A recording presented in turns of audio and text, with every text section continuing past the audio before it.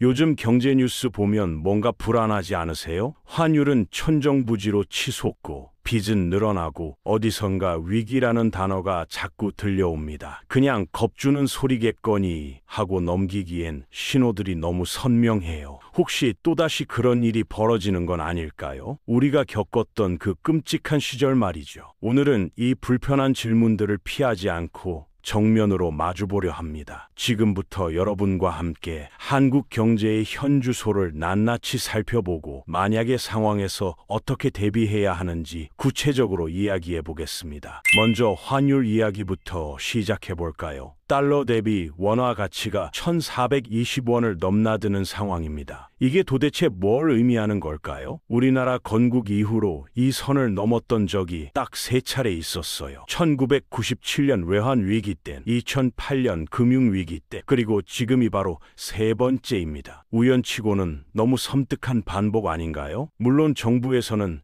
그때와는 다르다고 말합니다. 외환 보유고도 충분하고 경제 기반도 튼튼하다고 하죠. 틀린 말은 아니에요. 분명히 우리는 그때보다 훨씬 부유한 나라가 됐습니다. 그런데 말이죠. 시장의 공포라는 건 숫자가 아니라 방향에서 나오는 법입니다. 지금 전 세계 자본은 물 빠지듯 미국으로 몰려가고 있어요. 미국이 인플레이션과 싸우겠다며 금리를 올리자 전 세계 돈들이 진공청소기에 빨려 들어가듯 미국으로 향하고 있죠. 한국 같은 신흥국 통화는 가을 낙엽처럼 떨어집니다. 문제는 우리 원화가 떨어지는 속도가 유난히 빠르다는 점이에요. 외국인 투자자들 눈에 한국이 더 이상 매력적인 투자처로 보이지 않는다는 신호일 수 있습니다. 만약 심리적 방어선인 1,480원, 1,520원이 무너진다면 어떻게 될까요? 그때는 자본이 걷잡을 수 없이 빠져나가는 일이 벌어질 수 있어요. 1997년엔 달러가 없어서 무너졌다면 이번엔 달러가 있어도 너무 비싸서 쓰지 못하는 상황이 올 수 있다는 이야기입니다. 수입 물가가 폭등하고 기름값이 치솟고 장바구니 물가가 미친 듯이 뛰는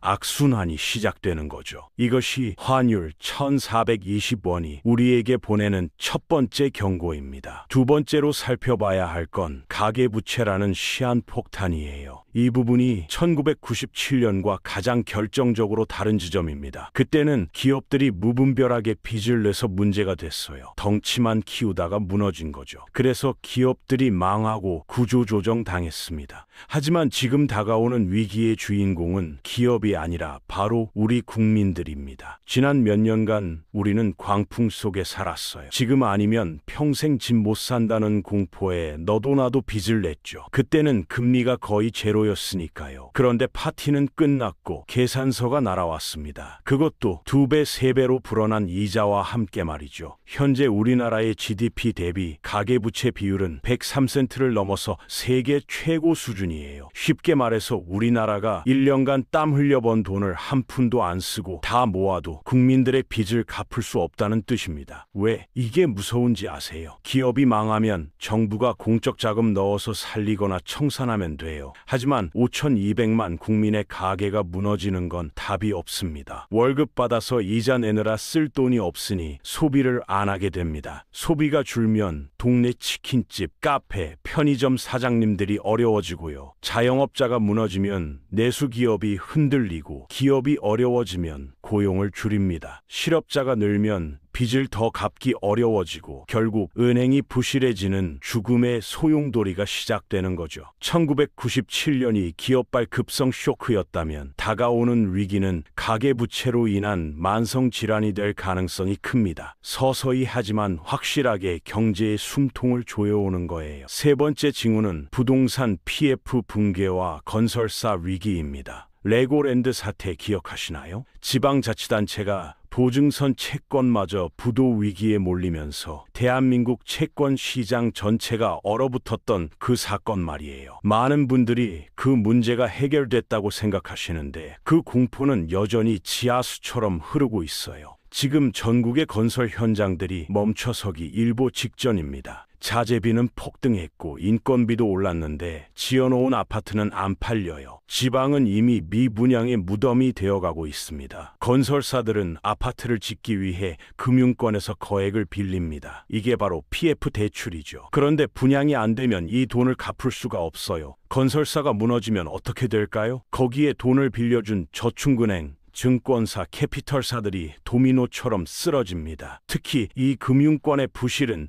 이미 심각한 수준을 넘어섰다는 경고가 나오고 있어요. 만약 대형 건설사 하나가 배째라 하고 들어눕는 순간 그 충격파는 곧바로 우리들의 예금 통장을 위협할 겁니다. 은행이 돈을 못 내주겠다고 셔터를 내리는 상상. 1997년에만 있었던 일이 아닐 수도 있어요. 겉으로는 멀쩡해 보이는 고층 빌딩 아래 썩어 들어가고 있는 금융 기반이 얼마나 위태로운지 직시해야 합니다. 이건 단순한 건설업의 위기가 아니라 우리 금융 시스템 전체를 뒤흔들 수 있는 뇌관이에요. 네 번째는 수출 엔진의 고장과 무역 수지 적자 고착화입니다. 한국은 자원이 없는 나라죠. 기름 한 방울 나지 않는 땅에서 오직 사람과 기술 하나로 물건을 만들어 해외에 팔아먹고 사는 수출 주도형 국가입니다. 그런데 우리의 자랑이던 메이드 인 코리아가 예전 같지 않아요. 가장 큰 문제는 반도체입니다. 한국 경제의 버팀목이었던 반도체가 겨울을 맞았어요. 하지만 더 근본적인 공포는 따로 있습니다. 바로 우리의 최대 고객이었던 중국이 변했다는 사실이에요. 과거엔 중국이 우리가 만든 부품과 중간재를 사가는 고마운 손님이었습니다. 중국이 성장하면 우리도 덩달아 성장했죠. 그런데 이제 중국은 손님이 아니라 무서운 경쟁자가 됐어요. 배터리, 전기차, 디스플레이, 조선 등 우리가 잘하던 분야에서 중국이 무섭게 치고 올라오고 있습니다. 기술 격차는 좁혀졌고 가격 경쟁력은 상대가 되지 않아요. 대중국 무역 수지는 흑자에서 적자로 돌아선 지 오래됐습니다. 이제는 팔면 팔수록 손해를 보거나 아예 팔 물건이 없는 상황이 되어버린 거예요. 달러를 벌어와야 나라 곳간이 채워지는데 곳간에서 달러가 계속 새어나갑니다. 이건 단순한 경기순환의 문제가 아니에요. 한국 경제의 체질 자체가 늙고 병들어가고 있다는 구조적인 신호입니다. 새로운 먹거리를 찾지 못한다면 우리는 서서히 가라앉는 배가 될지도 몰라요. 다섯 번째 마지막 징후는 인구 절벽입니다. 경제 위기 이야기하는데 갑자기 무슨 인구 이야기냐고 생각하실 수 있어요. 하지만 외국인 투자자들이 한국을 떠나는 가장 근본적인 이유 중 하나가 바로 이겁니다. 대한민국은 지구상에서 가장 빨리 늙어가고 가장 빨리 사라지고 있는 나라예요. 합계 출산율 0.68명, 전쟁 중인 우크라이나보다 낮은 수치입니다. 일할 사람은 줄어드는데 부양해야 할 노인은 기하급수적으로 늘어나고 있어요. 경제가 성장하려면 노동력이 투입되거나 자본이 투입되어야 하는데 노동력 공급이 끊겨버린 겁니다. 이건 한국 경제의 잠재 성장률이 0% 수렴하고 있다는 뜻이에요. 미래가 보이지 않는 주식에 투자하는 사람은 없습니다. 외국인들이 한국 주식을 팔고 떠나는 건 당장의 환율 때문만이 아니에요. 10년 뒤, 20년 뒤 한국 시장에 돈을 쓸 소비자가 없다는 걸 그들은 냉정하게 계산하고 있는 겁니다. 자, 여기까지 들으시니까 어떠세요? 환율은 미쳤고, 가계의 빚은 산더미고, 건설사는 위태롭고, 수출길은 막혔고, 인구는 줄어들고 있습니다. 정말 완벽한 폭풍이 몰려오는 것 같죠. 가슴이 답답하고 숨이 막혀올지도 몰라요. 그렇다고 해서 우리는 다 망했다, 이제 끝이다라고 포기해야 할까요? 절대 아닙니다. 제가 오늘 이 토론 이야기들을 구체적으로 늘어놓은 이유는 딱 하나예요. 적을 알고 나를 알면 백전백승이라고 했습니다. 위기의 실체를 정확히 알아야만 살아남을 수 있기 때문이에요. 지금부터는 이 거친 파도 속에서 살아남기 위한 실전 생존 매뉴얼, 즉 개인 자산 방어 전략을 구체적으로 이야기해 보겠습니다. 뜬구름 잡는 소리 말고 당장 내일 아침부터 실천해야 할 행동 수칙들이에요. 첫째, 무조건 현금 흐름을 확보하세요. 이건 생존의 제1원칙입니다. 부동산 불패 신화, 주식 대박, 이런 말들은 잠시 잊으세요. 지금은 공격이 아니라 방어가 최선의 공격이에요. 고금리 시대의 현금은 그 자체로 가장 강력한 무기이자 왕입니다. 자산 시장이 붕괴할 때 현금을 쥐고 있는 사람은 헐값에 우량 자산을 줍는 기회를 얻지만 현금 없이 자산만 깔고 앉은 사람은 그 자산이 휴지값이 되는 걸 지켜보며 피눈물을 흘려야 해요. 불필요한 지출을 극도로 줄이고 월급 외에 들어오는 현금 파이프라인을 점검하세요. 만약 차를 2대 굴리고 있다면 1대를 파세요. 쓰지 않는 명품이 있다면 중고로 파세요. 그렇게 해서 비상금을 확보해야 합니다. 최소 6개월치 생활비를 현금성 자산인 CMA나 파킹 통장에 넣어두세요. 회사가 언제 구조조정을 할지, 월급이 언제 밀릴지 모르는 상황에서 이 비상금은 당신 가족의 생명줄이 될 거예요. 현금이 없으면 위기 앞에서 비굴해지지만 현금이 있으면 위기 앞에서도 당당할 수 있습니다. 둘째, 빚 다이어트를 감행하세요. 지금 가지고 있는 대출 리스트를 펴놓고 금리가 높은 순서대로 무조건 갚아 나가야 합니다.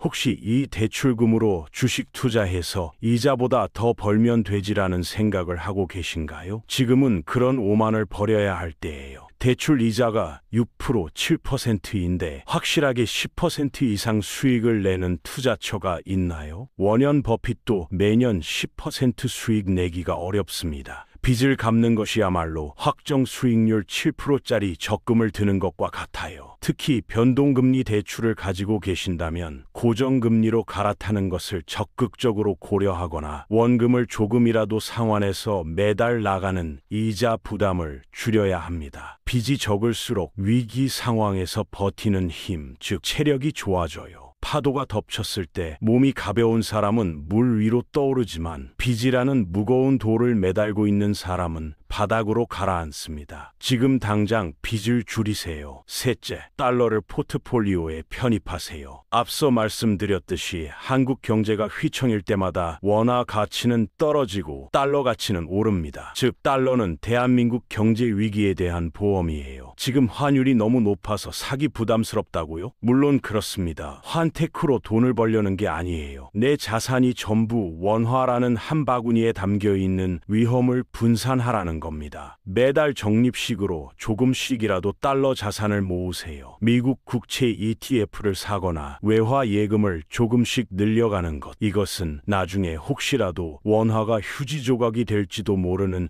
최악의 상황에서 당신을 구해줄 구명조끼가 됩니다. 상상해보세요. 남들이 환율 폭등으로 고통받을 때 내 주머니 속에 든든한 달러가 있다면 그것만으로도 엄청난 심리적 안정감을 줄 거예요. 넷째, 스스로의 몸값을 재점검하세요. 경제 위기가 오면 가장 먼저 타격을 입는 건 자산 시장이 아니라 고용 시장입니다. 회사가 어려워지면 가장 쉬운 비용 절감책인 인력 감축부터 시작해요. 냉정하게 자문해 보세요. 나는 이 회사가 어려워져도 끝까지 붙잡을 필수 인력인가? 만약 자신이 없다면 지금 당장 회사 밖에서도 돈을 벌 수 있는 기술을 익히거나 자기 개발에 투자해야 합니다. 주식은 반토막 날 수 있고 아파트 값은 떨어질 수 있어도 내 머릿속에 들어있는 지식과 경험, 기술은 그 누구도 빼앗아갈 수 없어요. 위기의 시대에 최고의 안전자산은 금도 달러도 아닌 바로 능력 있는 나 자신입니다. 지금 술 마시고 한탄할 시간에 책을 읽고 강의를 듣고 새로운 기술을 배우세요. 그게 당신을 지키는 가장 확실한 갑옷입니다. 다섯째, 경제 공부를 멈추지 마세요. 공포는 무지에서 옵니다. 귀신이 무서운 건 보이지 않기 때문이죠. 경제도 마찬가지예요. 금리가 오르면 내 대출 이자가 어떻게 변하는지, 미국의 소비자 물가지수가 발표되면 우리 증시가 어떻게 반응하는지 뉴스를 보고 해석할 줄 아는 금융문맹 탈출이 시급합니다. 남들이 지금 사야 한다고 우르르 몰려갈 때 멈춰서고 남들이 공포에 질려 투매할 때 기회를 엿볼 수 있는 안목. 그건 오직 공부한 자만이 가질 수 있는 특권이에요. 세상 탓, 정부 탓만 하고 있으면 아무것도 바뀌지 않습니다. 하지만 내가 경제를 알면 파도를 탈 수 있어요. 지금 이 긴 이야기를 끝까지 듣고 계신 여러분의 끈기라면 충분히 해내실 수 있습니다. 마지막으로 멘탈 관리입니다. 경제 위기는 숫자와의 싸움이기도 하지만 멘탈 싸움이기도 해요. 뉴스를 보면 온통 부정적인 소식뿐일 거예요. 주변 사람들도 다 힘들다고 아우성칠 겁니다. 그 부정적인 에너지에 휩쓸리지 마세요. 1997년에도 2008년에도 누군가는 망했지만 누군가는 그 위기 속에서 기회를 잡아 엄청난 부를 이뤘습니다. 그 차이는 바로 멘탈에서 왔어요. 비관론자는 모든 기회에서 어려움을 보지만 낙관론자는 모든 어려움에서 기회를 본다고 윈스턴 처칠이 말했습니다. 근거 없는 희망 회로를 돌리라는 게 아니에요. 냉철하게 현실을 보되 결코 절망하지 않는 단단한 마음을 가지라는 겁니다. 1997년 겨울 우리는 금 모으기 운동을 하며 서로의 손을 잡고 그 차가운 터널을 건넜습니다. 한국인은 위기에 강한 DNA를 가졌다고들 하죠. 하지만 그건 우리가 날 때부터 강해서가 아니라 뼈 아픈 고통을 겪으며 굳은 살이 박히고 단단해졌기 때문이에요. 역사는 그대로 반복되지 않지만 그 운율은 반복된다는 말이 있습니다. 1997년의 비극을 반복할지 아니면 위기를 기회로 바꿔 새로운 도약을 이뤄낼지는 오직 우리의 준비에 달려 있어요. 막연한 낙관론도 근거 없는 비관론도 독입니다. 필요한 건 냉철한 현실 인식과 치열한 대비뿐이에요. 오늘 밤 가계부를 펴고 가족들과 마주 앉아 솔직한 대화를 나눠보시는 건 어떨까요? 우리 집 경제는 안전한가? 만약 내년이 더 추워진다면 우리는 무엇을 줄이고 무엇을 지켜야 할까? 그 작은 대화의 시작이 다가올 거대한 태풍 앞에서 당신의 가정을 지키는 가장 튼튼한 방파제가 되어줄 거예요. 밤이 깊을수록 새벽이 가깝습니다. 하지만 그 새벽은 깨어있는 자에게만 찬란하게 밝아와요. 부디 여러분의 소중한 자산과 가정이 이 거친 파고를 넘어 무사히 순항하기를 진심으로 기원합니다. 여러분은 혼자가 아니에요. 우리가 함께 지켜보고 함께 공부하고 함께 대비한다면 그 어떤 위기도 반드시 이겨낼 수 있을 겁니다. 오늘 이야기가 여러분의 삶을 지키는 작은 등불이 되었기를 바랍니다.